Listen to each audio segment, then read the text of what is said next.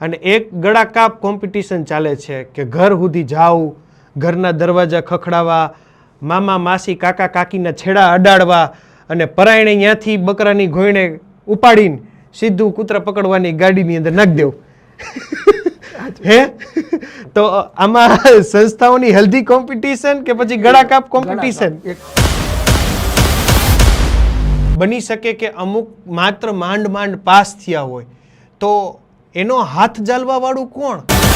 વેપારી સંસ્થાઓ ચલાવી રહ્યા છે એટલે એના થોકડા ઊંચા કરવામાં, પૈસા વધુ કમાવામાં. અમારો આ પાવરફુલ ઘોડો હે તો એ આમ આગળ નીકળી જવો જોઈએ. એની વાંહે ભલે 5 શિક્ષકો લગાડવા પડે, 50 શિક્ષકો લગાડવા પડે, લગાડો. આ રીતે થશે. હું એમ કહું છું કે કોઈ પણ વિદ્યાર્થીના હિત માટે કદાચ કોઈ પણ પ્રકારનો અધર્મ કરવો પડે ને તો એ મારા માટે ધર્મ છે. આ દોર, આ સમય શૈક્ષણિક સંસ્થાઓનો ચાલી રહ્યો છે, વિદ્યાર્થીઓનો પણ. એક પછી એક આવતા રિઝલ્ટ બાદ ભરતી મેળાની ઘોયણે એડમિશનો થઈ રહ્યા છે. એડમિશનોના ઊંડાણોમાં જઈએ તો ઘણું બધું એવું છે કે જે કદાચ વાલીઓના મનની અંદર પણ ચાલી રહ્યું છે, સંસ્થાના ટ્રસ્ટી પ્રમુખોના મનની અંદર પણ ચાલી રહ્યું છે, પણ વિદ્યાર્થીઓ કદાચ એનાથી વાકેફ નથી. તો એ મૂંઝવતા પ્રશ્નોના જવાબો આપવા માટે આ એક વિશેષ વાર્તાલાપ છે. આરબી ન્યૂઝની અંદર આપ સૌ લોકોનું હાર્દિક સ્વાગત છે ને હું છું તમારી સાથે રવિ બરાસરા. વાસ્તવિક સ્થિતિની વાતચીત કરવા માટે અત્યારે હાલ આપણી સાથે એલિટ પરિવારના સુપ્રીમો કલોલા સાહેબ આપણી સાથે જોડાયા છે. સૌથી પહેલા સ્વાગત છે સર આપનું. Thank you Ravibhai, thank you. અને સૌથી પહેલા જ મારે તમને એ પૂછવું છે, રિઝલ્ટ બધાયના આવી ગયા. આ રિઝલ્ટના દોરની અંદર શૈક્ષણિક સંસ્થાઓની અંદર વાસ્તવિક વિદ્યાના અર્થી એટલે કે વિદ્યાર્થીઓના એડમિશન ચાલુ છે કે ઓલા ઘેટા બકરાની ગોયણે અત્યારે પશુઓના ભરતી મેળા હોય એવું લાગે છે? એટલે ખરેખર રવિભાઈ, સંસ્થાઓ બધી રહી આખું વર્ષ કામ કરતી હોય એટલે એનો ઉજવણીનો ઉત્સવ હોય એવું લાગી રહ્યું છે મને તો અત્યારે. કારણ કે મારી સ્કૂલની અંદર આ વર્ષે 116 વિદ્યાર્થી 10મામાં હતા. એમાંથી 115 વિદ્યાર્થીઓના પાસના રિઝલ્ટ છે, એક વિદ્યાર્થી ફેલ છે. એટલે કે મારી સંસ્થાનું રિઝલ્ટ 99.13% થાય છે. એટલે દરેક વ્યક્તિ, દરેક સંસ્થાઓ એવું સાબિત કરી રહી છે કે અમારું રિઝલ્ટ બહુ સારું છે ને સારું જ છે, આપણે કોઈ એવું નથી કહેતા. પણ મારી બિલીફ સિસ્ટમ એવી છે કે ખરેખર વિદ્યાર્થીઓની સંખ્યા કેટલી, એની અંદર રહેલા બાળકોનું પોટેન્શિયલ કેટલું અને એ પોટેન્શિયલ પ્રમાણે રિઝલ્ટ આવ્યું છે કે નહીં, આ 3 મુદ્દાઓ રહ્યા ને એ બહુ ઇમ્પોર્ટન્ટ ચીજ છે. એટલે જો બાળકો કોઈ સંસ્થાની અંદર ઘણી બધી સંખ્યા હોય, દાખલા તરીકે 300+ સંખ્યા હોય, મારે ત્યાં 116 વિદ્યાર્થીઓ હતા. પછી કોઈ બહારની સંસ્થાઓ છે કે જે 11-12 સાયન્સ ચલાવતી હોય રવિભાઈ, અને એની સંખ્યા 1100-1200 હોય, તો આ જે સંસ્થાઓ જે કામ કરી રહી છે બધી પોતપોતાની રીતે બેસ્ટ જ કામ કરી રહી છે. પણ મારું માનવું એવું છે કે ખરેખર સંસ્થા વિદ્યાર્થીઓના પોટેન્શિયલ પ્રમાણે રિઝલ્ટ લઈ આવે છે કે નહીં. માત્ર ને માત્ર આ 3-4 દિવસ સુધી ચૂંટણી જેમ આવે અને બધાય સંચાલકો ને પ્રિન્સિપાલ ને વાલીઓ ને વિદ્યાર્થીઓ ને બધાય આમ ઉમળકાભેર એડમિશન લેવા માટે નીકળી પડે તો ખરેખર એની પાછળ થોડુંક વાલીઓએ પણ અભ્યાસ કરવાની જરૂર છે કે ભાઈ આપણે આપણા બાળકને જે જગ્યાએ મૂકી રહ્યા છીએ એ સંસ્થા ખરેખર કઈ રીતે કામ કરી રહી છે, પ્રવેશ કઈ રીતે આપી રહી છે અને એમાં પ્રવેશ પામેલા વિદ્યાર્થીઓની સંખ્યા કેટલી અને એ વિદ્યાર્થીનું પોટેન્શિયલ કેટલું અને એ પોટેન્શિયલ પ્રમાણે એ 11-12 ની અંદર રિઝલ્ટ લઈ આવે છે કે નહીં. આ મારો એક યક્ષ મુદ્દો છે કે વાલીઓએ ખરેખર પહેલા તો સંસ્થાનો ઇતિહાસ તપાસવો જોઈએ, રાઈટ.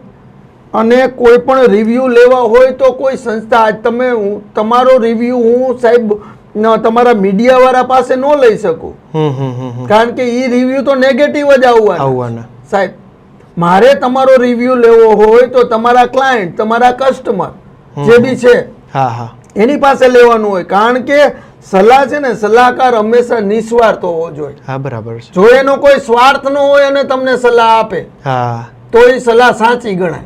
બાકી એનો પોતાનો જ સ્વાર્થ હોય અને તમે એવી વ્યક્તિને પ્રશ્ન પૂછવા માટે જાઓ તો તમે કદાચ ખોટું ડિસિઝન લઈ લ્યો, એવું બને.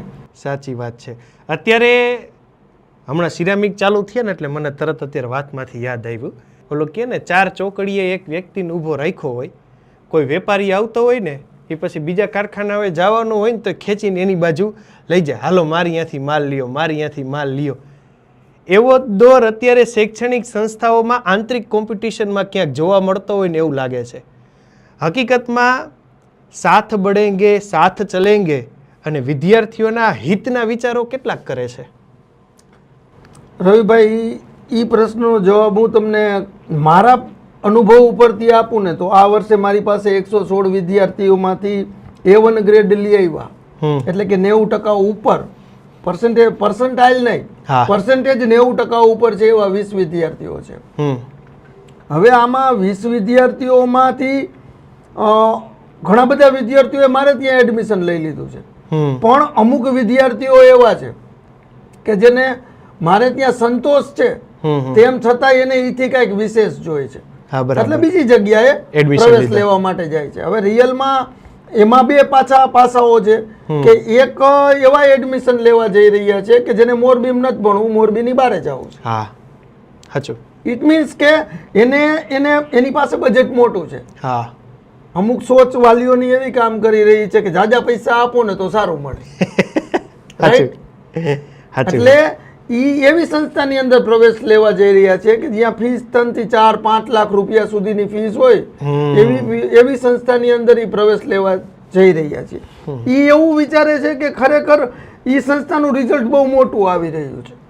હવે રિયાલિટી છે કે વાલીએ એ તપાસ કરવી જોઈએ કે એને 11મા ધોરણમાં કેટલા વિદ્યાર્થી બેસાડ્યા, એ બેસાડેલા વિદ્યાર્થીઓની શક્તિ શું, એનું પોટેન્શિયલ શું, એને 10મા ધોરણમાં કેટલા ટકા હતા, અને જે તે સમયે એ બાળકનું રિઝલ્ટ આવ્યું 12થમાં, ત્યારે એ 12થમાં A1 ગ્રેડ જે 10થમાં લાનાર વિદ્યાર્થી છે એ 12થમાં ખરેખર શું લઈ આવ્યો. તમે સમજ્યા?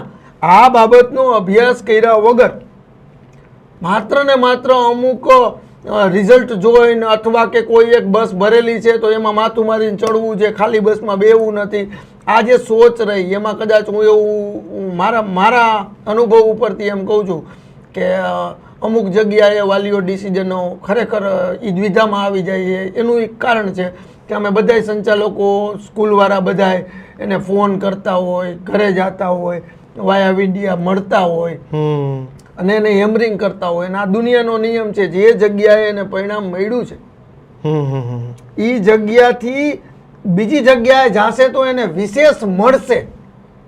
તમે સમજ્યા? એવી અપેક્ષાઓ સાથે જાય છે, પણ ખરેખર 2 વર્ષના અંતે વિદ્યાર્થીની અપેક્ષાઓ ખરેખર પૂરી થાય છે ખરી? આ ક્વેશ્ચન માર્ક. વાલીના ઇન્વેસ્ટ કરેલા પૈસાનું વળતર મળે છે ખરું? ખરેખર જે તે સંસ્થા જે તે વિદ્યાર્થીઓને પોતાની સંસ્થામાં બેસાડ્યા 10th પૂરું કરીને 11થમાં પ્રવેશ માટે બેસાડ્યા, એ વિદ્યાર્થીમાં A1 ગ્રેડ વાળા કેટલા હતા 10મામાં, A2 વાળા કેટલા હતા, B1 વાળા કેટલા હતા, એનું એનાલિસિસ કરેલું હોય ભાઈ તો અને માત્ર તો જ આપણને સાચો રસ્તો મળે. એટલે હું તો એવું માનું છું કે વાલીઓએ ખરેખર છે ને અભિપ્રાય એવા વ્યક્તિઓનો લેવાનો હોય જેને અનુભવ હોય. સાચી વાત છે. જે તે રિઝલ્ટનો, અને અનુભવ છે ને એ 2 વર્ષે ખબર પડે કે કિસમે હે કિતના દમ. હા, બરાબર છે. મારે હવે એ પણ પૂછવું છે, હવે શૈક્ષણિક સંસ્થાઓની હાલત પણ અત્યારે સિરામિકની ગોયણે અંદરો અંદરની કોમ્પિટિશન વાળી થઈ ગઈ. ક્ષેત્ર વિસ્તાર લિમિટ છે, વિદ્યાર્થીઓની સંખ્યા પણ લિમિટ છે, અને શૈક્ષણિક વ્યાપો, ઇન્ફ્રાસ્ટ્રક્ચરો, બિલ્ડિંગો આ બધું વધતું જાય છે. તો આ બધું જે વધે છે એ વિદ્યાર્થીઓના વાસ્તવિક ડેવલપમેન્ટમાં ખરેખર વધારો કરવા માટે વધે છે કે આ બધું એમનામ તામઝામ કે ખેંચાખેંચી કે તાણ માટે હે બધી? ના, આમાં તો રવિભાઈ દરેક વ્યક્તિની સોચ પ્રમાણે બધું હોય. દાખલા તરીકે મારી સોચ છે કે મારે કંઈક નવું દેવું છે. દરેક સંસ્થા એવું વિચારતી જ હોય કે એને કંઈક નવું દેવું છે. પણ ક્યારેક ક્યારેક એવું થાય કે આ કોઈ માણસ લીડ કરતો હોય સમાજને. હા, રાઈટ. સાચું. તો જે તે સમયે હું દાખલા તરીકે ટ્યુશન ક્લાસીસ ચલાવતો, જે તે સમયે હું ટ્યુશન ક્લાસીસમાં જ્યારે મેથ્સ લેવાનું ચાલુ કર્યું ત્યારે સમાજમાંથી અથવા બીજી સંસ્થાઓમાંથી એવો વિરોધ થતો કે એ સાહેબ તો કોમર્સ કરેલા છે, એને 10માનું મેથ્સમાં શું રિઝલ્ટ કઢાવી દેશે. એનો જવાબ આપ્યો આપણે જે તે સમયે. પછી થોડાક આગળ આવેલા તો કે એ સાહેબ રહ્યા એ ટ્યુશન ક્લાસીસ ચલાવી શકે, સ્કૂલ ના ચલાવી શકે. એટલે આપણે એક્સપિરિયન્સ સ્કૂલનો કર્યો, રાધાકૃષ્ણ સ્કૂલ ચલાવી. પછી રાધાકૃષ્ણ સ્કૂલ ચલાવી એની અંદર આપણે 9 થી 12નું સારું રિઝલ્ટ કઢાવી દીધું. માર્કેટને ખ્યાલ છે કે આપણે શું કામ કર્યું. પછી એ વ્યાપને વધારવા માટે આપણે એવું વિચાર્યું કે ભાઈ 9 થી 12માં જે બાળકો આવી રહ્યા છે એ 8મા ધોરણમાં અન્ય સ્કૂલમાં અભ્યાસ કરીને આપણે ત્યાં 9મામાં આવી રહ્યા છે. એટલે લેવલની અંદર આપણે જોતું હોય એવું રો મટીરિયલ ન હોય, તેમ છતાંય આપણે કામ કરવાનું હોય અને આપણે સારું રિઝલ્ટ કાઢવાનો પ્રયત્ન કર્યો જે તે સમય. પછી આપણને એવો વિચાર આવ્યો કે ખરેખર આ બાળકો રહ્યા એ પહેલા ધોરણથી આપણી પાસે હોય તો રાઈટ. એટલે આપણે 1 થી 12ની સ્કૂલ બનાવી અને ત્યાંથી આપણે ચાલુ કર્યું 1 થી 12નું. એટલે 1 થી 12 સુધીની સફર પૂરી થઈ તો નવો પ્રશ્ન આપણી પાસે આવ્યો કે કલોલા સાહેબની પહેલા ધોરણમાં મૂકી રેડી તો દૂર પડે. હવે તમે જુઓ એક વસ્તુ કે એલિટ છે એ કે મોરબીથી દૂર છે, રિયલમાં 14 કિલોમીટરનું ડિસ્ટન્સ છે, પણ દૂર એટલા માટે છે અપેક્ષાઓ છે કે ભાઈ ઘર આંગણે નજીકમાં સ્કૂલ મળે. રેડી. તો એ એની અપેક્ષાઓ, એ એની પોતાની સીમાઓ બાંધે છે. હું એવું માનું છું કે બાળકની બાઉન્ડ્રી બાંધી દે છે. કમ્ફર્ટ ઝોનમાં દરેક વાલી અત્યારે વિદ્યાર્થીઓને રાખવા માંગે છે કે ભાઈ નજીક હોય અહીંયા મોકલી દો એમ. એટલે એ પ્રશ્ન મેં ફેસ કર્યો કે મારે પહેલા ધોરણમાં એડમિશન એલિટે લઈ આવવા એટલે અઘરા. બરોબર રવિભાઈ, ત્યાંથી આપણે જેવા બહાર નીકળી એટલે એમ કે પેલામાં સાહેબ અહીંયા છે દૂર. હવે રિયલમાં સંસ્થા દૂર છે કે આપણે સંસ્થાથી દૂર છે. તમે આ એજ્યુકેશનની વાત કરો છો, આ દુઃખ સાથે કહું છું કે વાલીઓ પાસે બજેટ છે. તમે સમજો છે વાલીઓ પાસે એન્ટરટેનમેન્ટ માટે, પોતાના મોજ શોખ માટે બજેટ છે, એમાં નો લિમિટ. સાચું. જ્યારે વિદ્યાર્થીઓના ભવિષ્ય માટે સાચું વાત આવે છે ત્યારે બાર્ગેનિંગ સિસ્ટમ ચાલુ થાય કે આ સંસ્થા મને આટલું દે છે ને આ દે છે ને ઓલું દે છે ને પેલું દે છે. એટલે કહેવાનો ભાવાર્થ મારો એ છે કે ખરેખર વાલીઓ મોરબીના હાથ જોડીને એમ કહું કે પગે લાગી અમે લોકો સંચાલકો કે તમે છે ને વિદ્યાર્થીઓના વિકાસ માટેનું જે બજેટ છે એ બજેટને પહેલા સ્કાય ઇઝ ધ લિમિટ કરો અથવા એને થોડો કમ્ફર્ટ ઝોનની બહાર કાઢો. રવિભાઈ સાચું.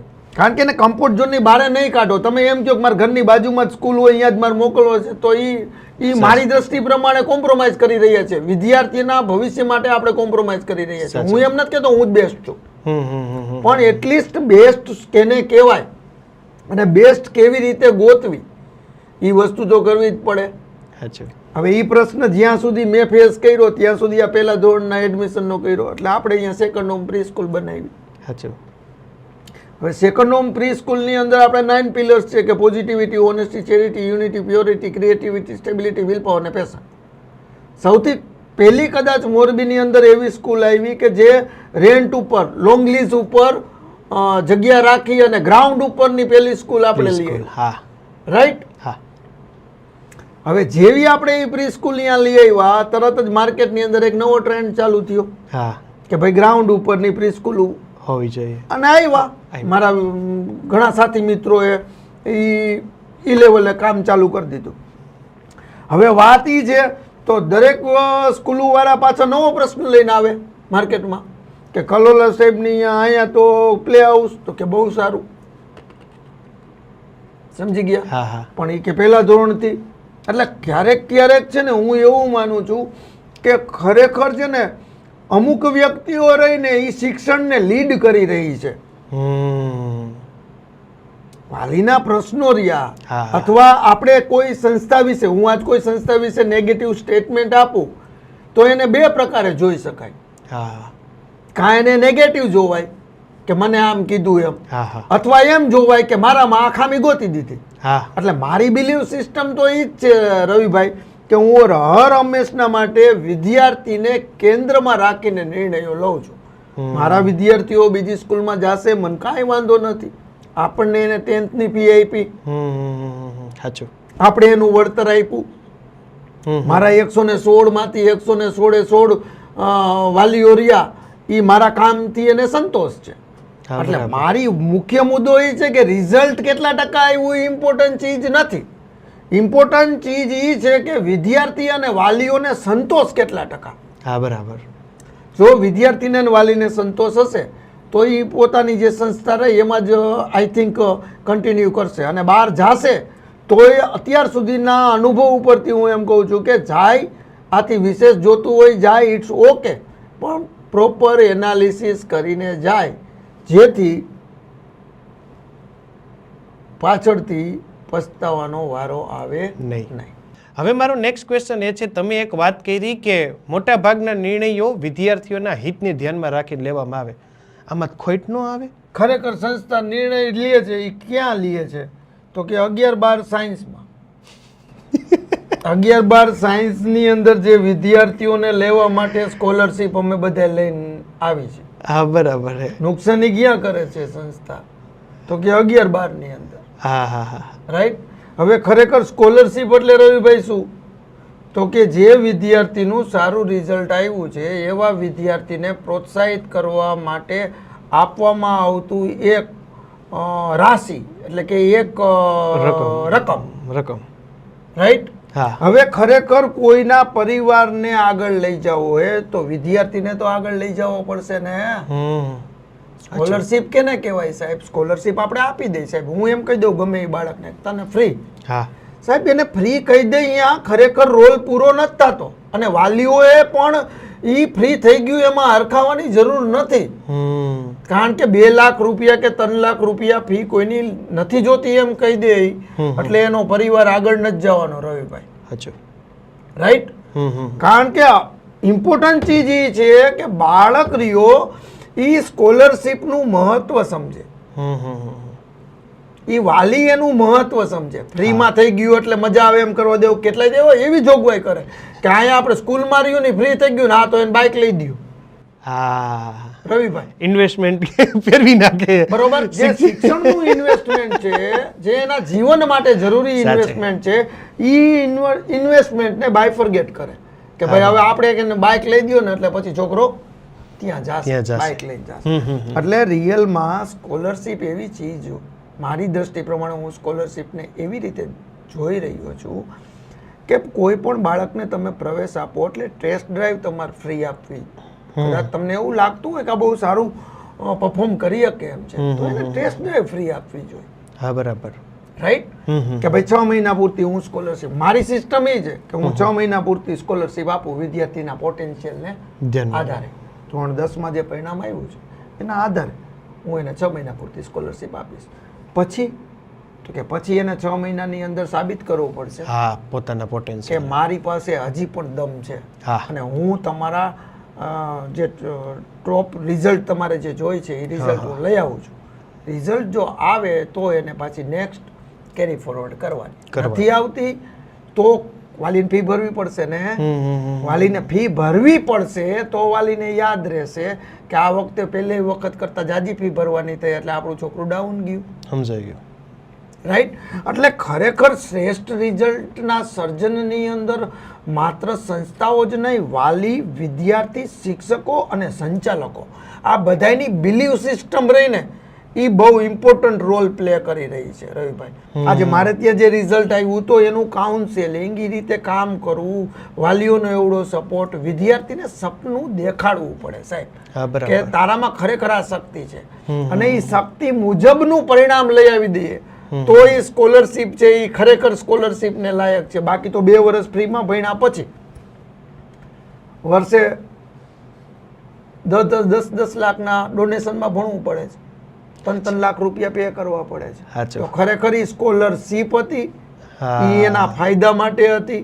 સાચે. એટલે હું તો એવું માનું છું કે ભાઈ સ્કોલરશીપ દેવી હોય તો દેવાની, પણ વિદ્યાર્થીને આગળ લઈ જવાની તમારી પાસે તાકાત હોય તો ખરેખર તમે સ્કોલરશીપ આપો, અને સ્કોલરશીપને થોડી બાયફર્ગેટ કરો તો એમાં વિદ્યાર્થી પણ સતત દોડતો રહેશે, વાલી પણ એને થોડું ફોકસ વધારે આવશે અને એનું બેસ્ટ ફ્યુચર બનશે. એટલે સ્કોલરશીપ મારી દ્રષ્ટિ પ્રમાણે સંચાલકોએ આવી રીતે જ આપવી જોઈએ. બરાબર. એની સાથોસાથ એક વસ્તુ એક છે, કોઈને ભૂખ લાગી છે અને એને ભોજન મળે છે અને એ જમે છે, એવી જ રીતે વિદ્યાર્થીને વિદ્યાની ભૂખ છે અને એને વિદ્યા મળે છે અને વિદ્યા પ્રાપ્ત કરે છે.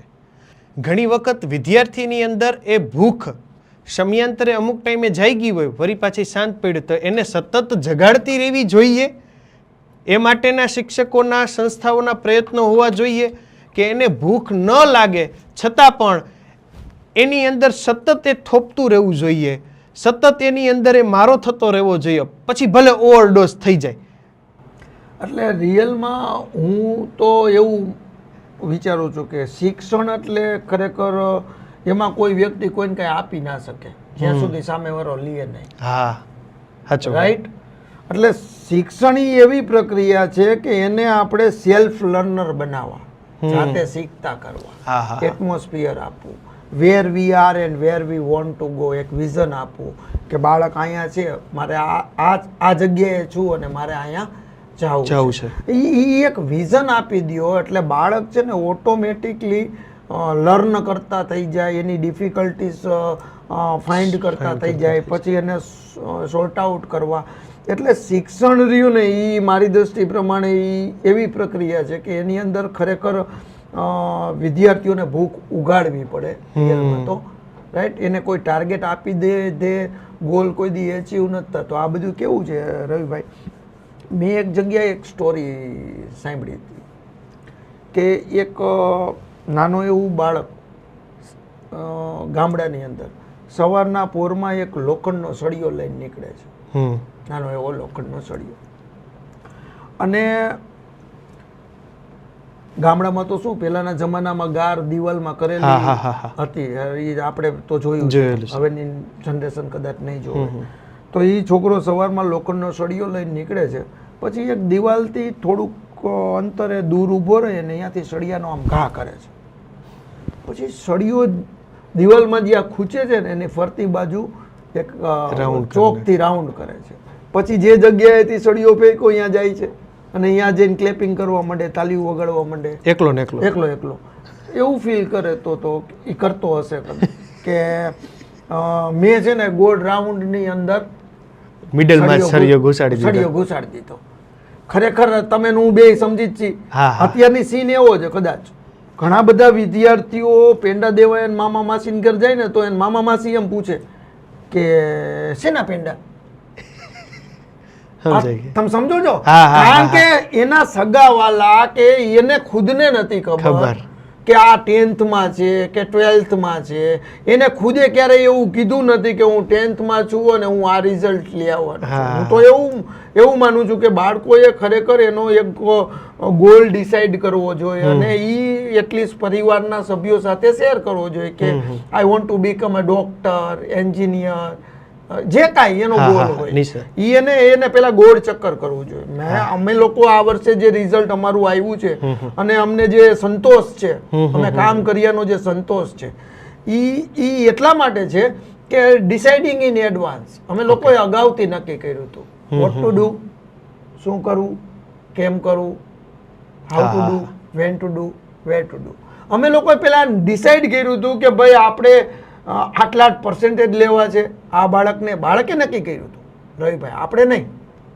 બાળકે નક્કી કર્યું હતું કે મારે આ સબ્જેક્ટમાં આટલા માર્ક, આમાં આટલા, આમાં આટલા, આમાં આટલા, આમાં આટલા માર્ક લેવા છે.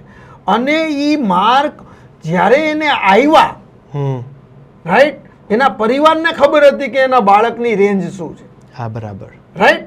એ જે વાત રહી એ પૂરી, એ જે ગોલ, એટલે ગોળ ચક્કર પેલા કર્યું ને આપણે, રાઈટ, અને પછી સળિયાનો ઘા કર્યો.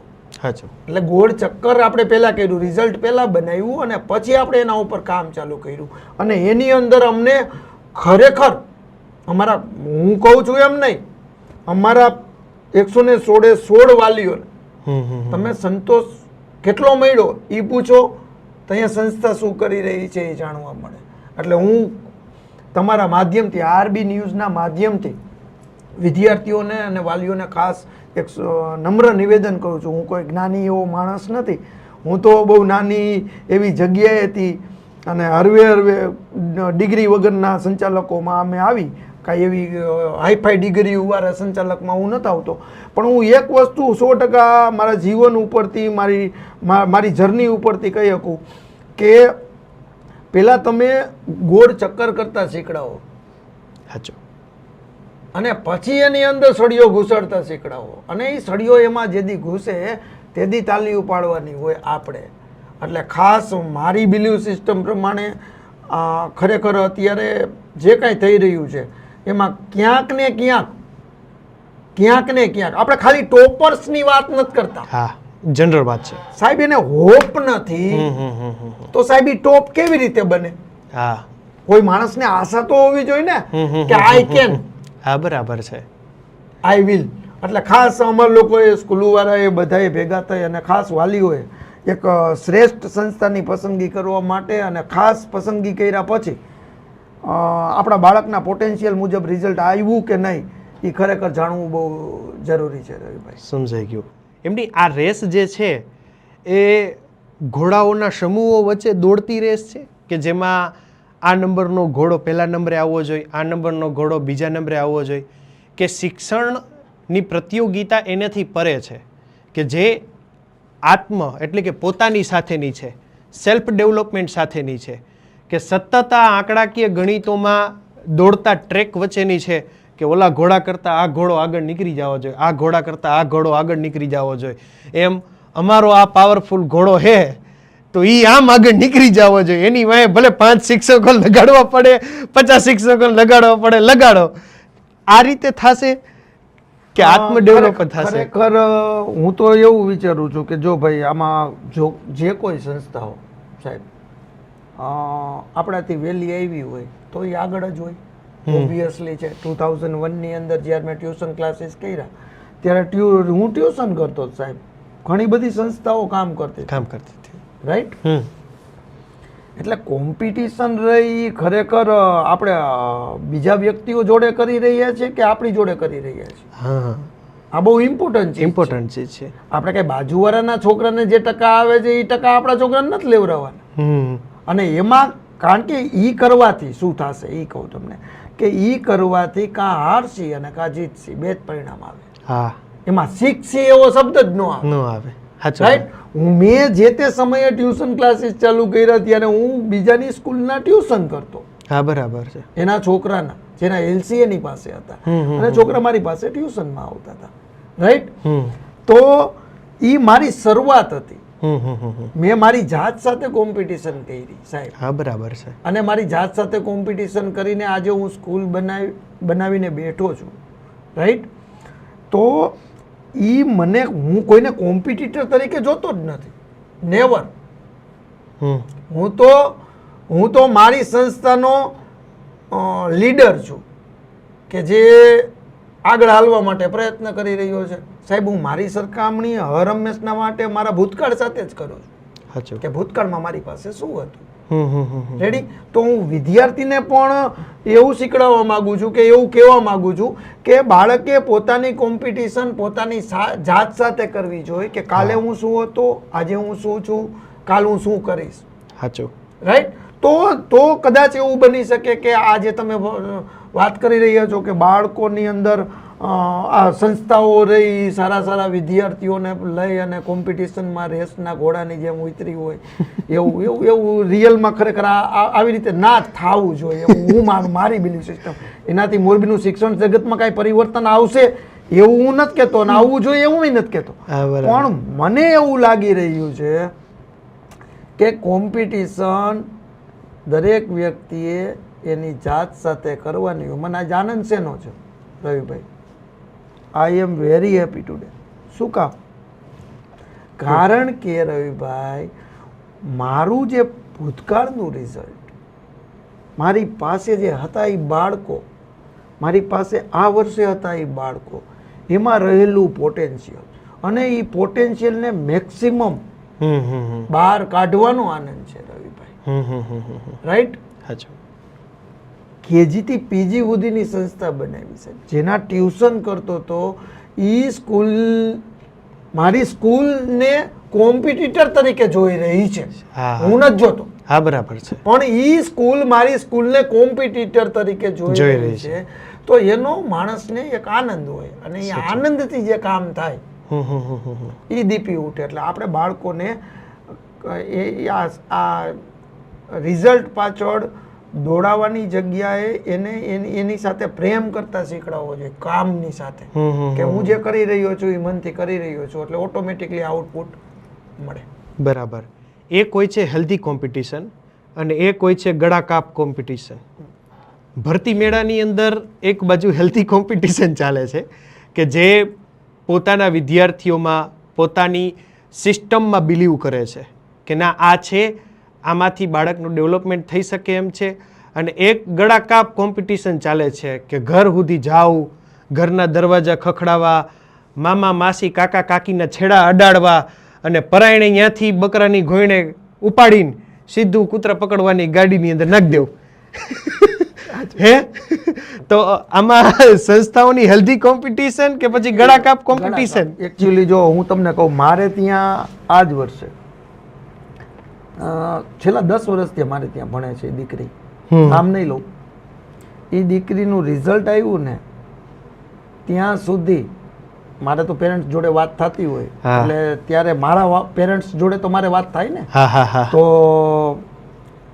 ત્યાં સુધી વાલી એમ કહેતા હતા, સાહેબ 2% ઓછા આવે ને, 2% ઓછા આવે ને તોય આપણે આપણી દીકરીને 10 વર્ષ તમારે અહીંયા ભણાવીએ ને 11-12 તમારે અહીંયા જ કરાવવાનું હોય. બરાબર. રેડી?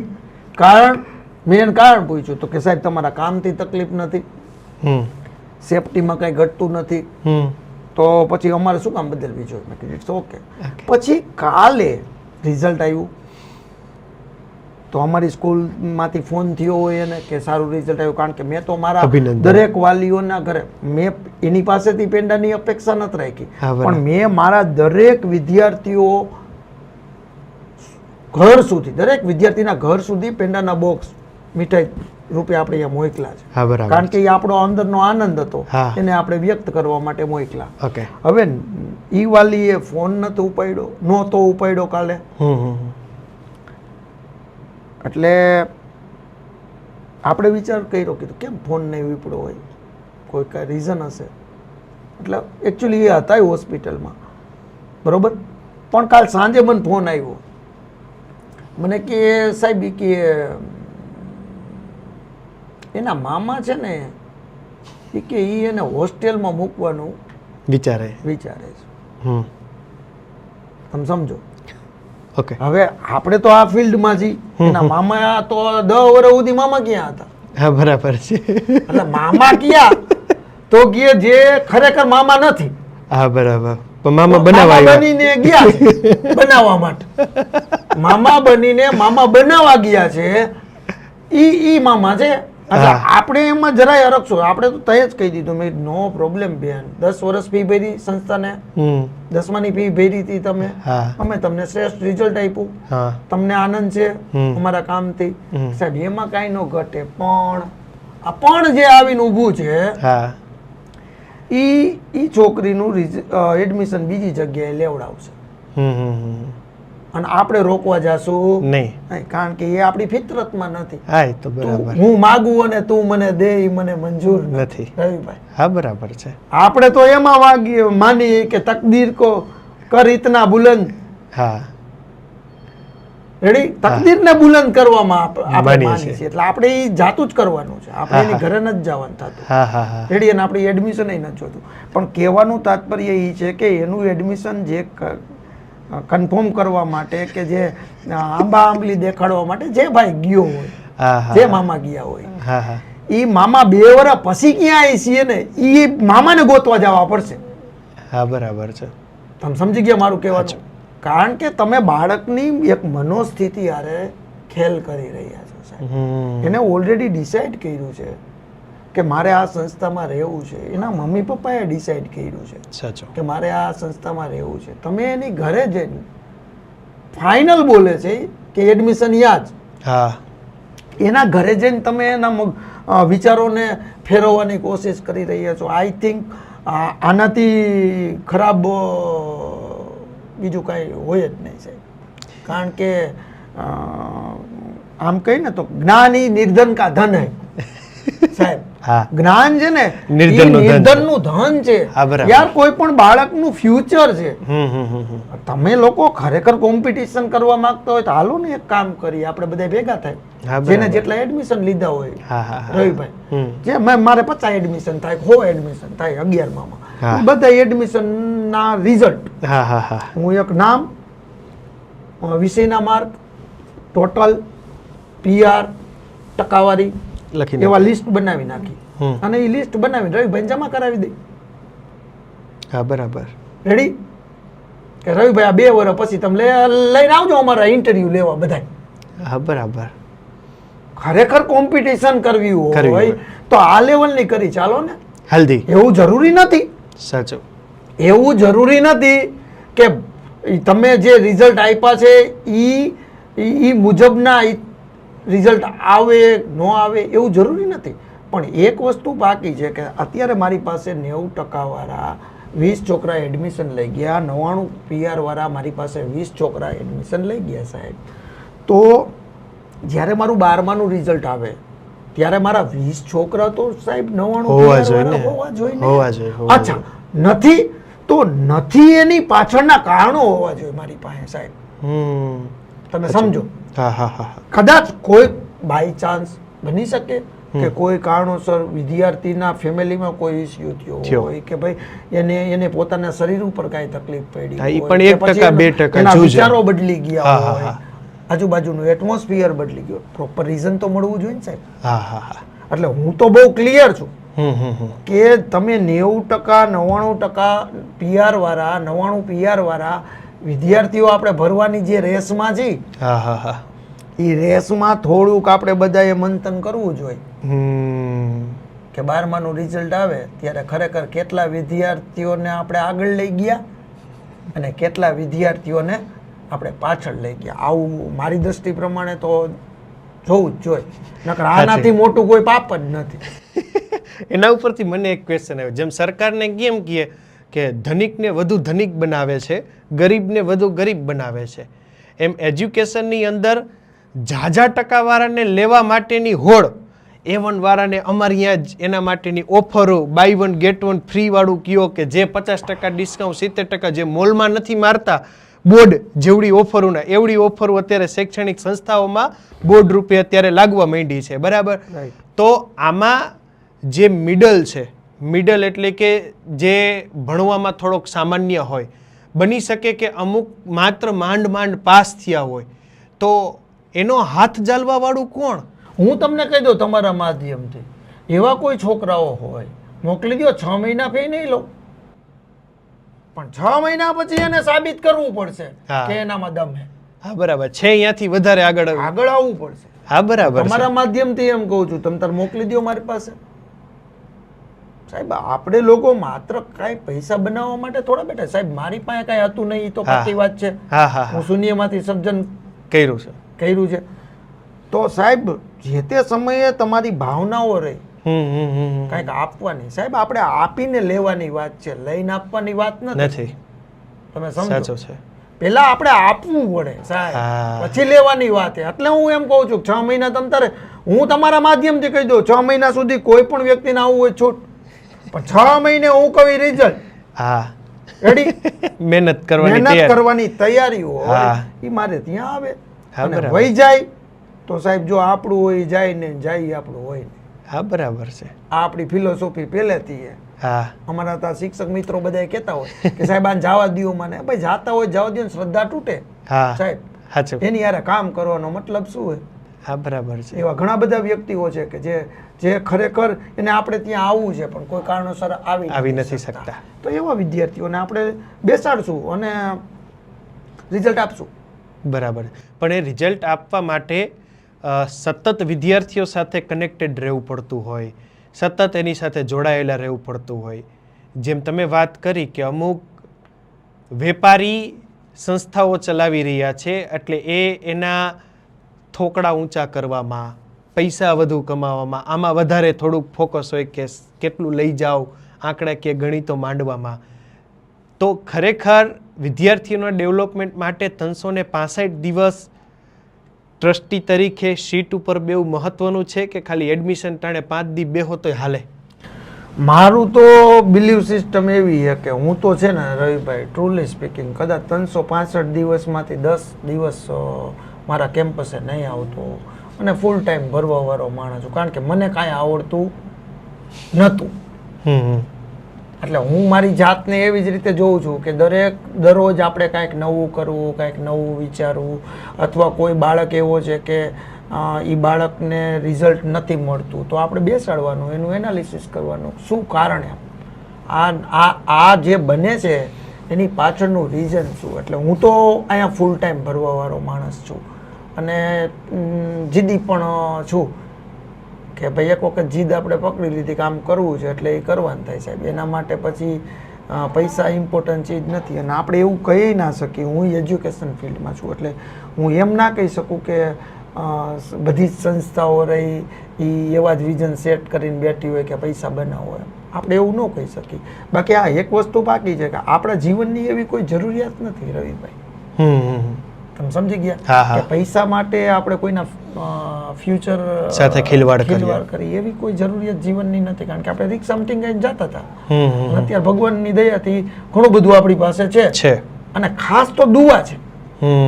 તમે સમજી ગયા. અને આનો એક નશો છે એજ્યુકેશન ફિલ્ડમાં કાંઈક નવું કરવાનું. એટલે એ પ્રમાણે આપણે કામ કરી રહ્યા છીએ. આપણે આમાં તો જ હું કહી શકું ને તમારા માધ્યમથી કે 6 મહિના બેસાડી દો, જેને બેસવું હોય મારે ત્યાં. હા, બરાબર. એટલે આના 2 કારણો હોઈ શકે. માર્કેટ તરત ચાલુ કરશે, સંખ્યા નથી થતી એટલે. એવું નથી ભાઈ. હા, માર્કેટ તો એમ કે હા, એ તો કહેવાને. હા, બરાબર. હા, સાચું છે. મારે ક્યાં દાદા જોઈએ? મારે તો ભાઈ મારી કેપેસિટી મુજબ મને મળી જવાના, નહીં તો હું ગમે એમ કરીને લેવાનો. હા, બરાબર. રવિભાઈ, એવું તો છે નહીં કે મારે બીજા કોઈનું અહીંયા એડમિશન નથી થવા દેવા. મારે તો ભાઈ મારી સંસ્થા, મારાથી થઈ શકે એટલું કામ, મારા શિક્ષકોથી થઈ શકે એટલું કામ, એ કામ મુજબ મારે કામ કરવું છે ને એટલું જ મારે કામ જોઈ છે. એટલે હું કોઈ એવા એંગલથી નથી કહેતો કે મારે, નકર આમાં શું તરત જવાબ ચાલુ થઈ જાય, હા ચાલુ થઈ જશે. હા હા હા, કે કલોલાની સંખ્યા નથી ને એટલે કલોલા ઓપન થઈ મેદાનમાં. ના ના, આપણે એવું કઈ છે જ. બરાબર. એમ નહીં, આ સ્પિરિટ માટે ખરેખર માર્કેટમાં કોઈ ગોળી આવે છે કે આટલું કોન્ફિડન્ટ, આ સ્પિરિટ, આ બેબાક જવાબો માટેની હિંમત આ વેચાતી મળે છે ક્યાંય? તો થોડીક ઘણાને લેવી છે તો લઈ શકે. જો સારું બોલવું અને સાચું બોલવું, આ બેમાં ફરક છે. તમે સમજ્યા? આપણે સારું લગાડવાના જણ જ નથી.